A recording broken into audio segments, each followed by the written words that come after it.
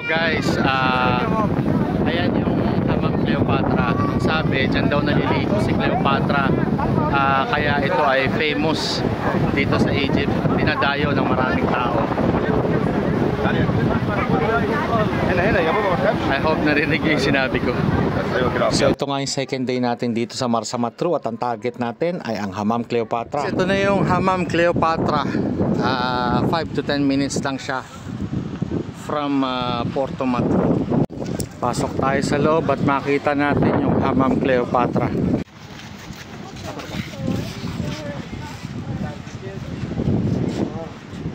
Dito daw naliligo si Cleopatra dati. Para tignan natin kung gaano kaganda yung pinaliliguan ni Cleopatra. Guys, ang entrance ng adult is 15 Egyptian pounds per head.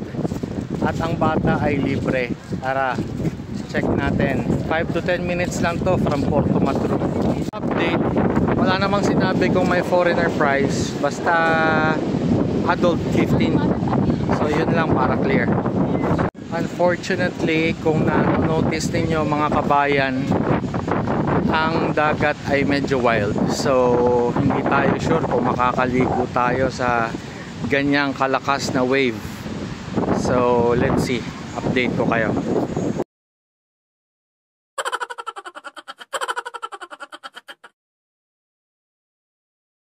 Ganito dapat tayo kasaya mga friends ko dyan sa San Juan, Santa Lucia sa Philippines.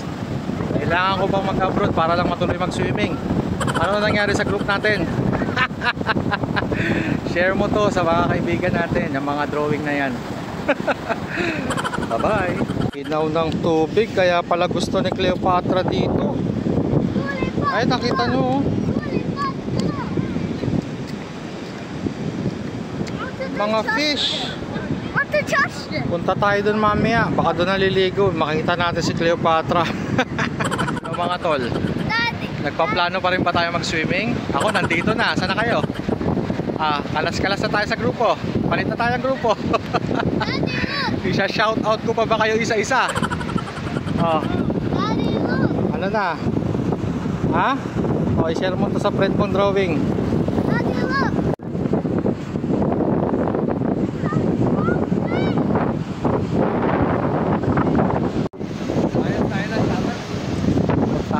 Kung saan yung bathroom ni Cleopatra. So mamaya-maya magtatanong-tanong tayo about sa history ng pagpunta at bakit special ang place na to at bakit siya tinawag na Hammam Cleopatra. Ang hammam kasi sa pagkakaintindi ko is bathroom.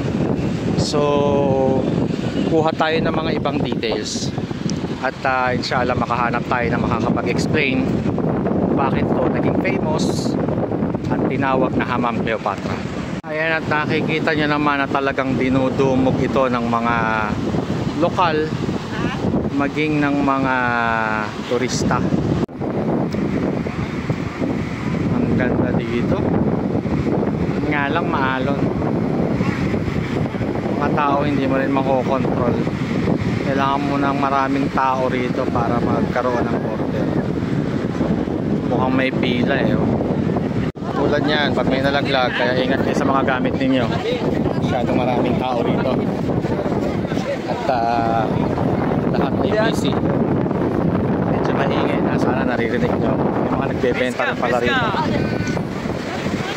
Hanapin lang natin yung kasama ko.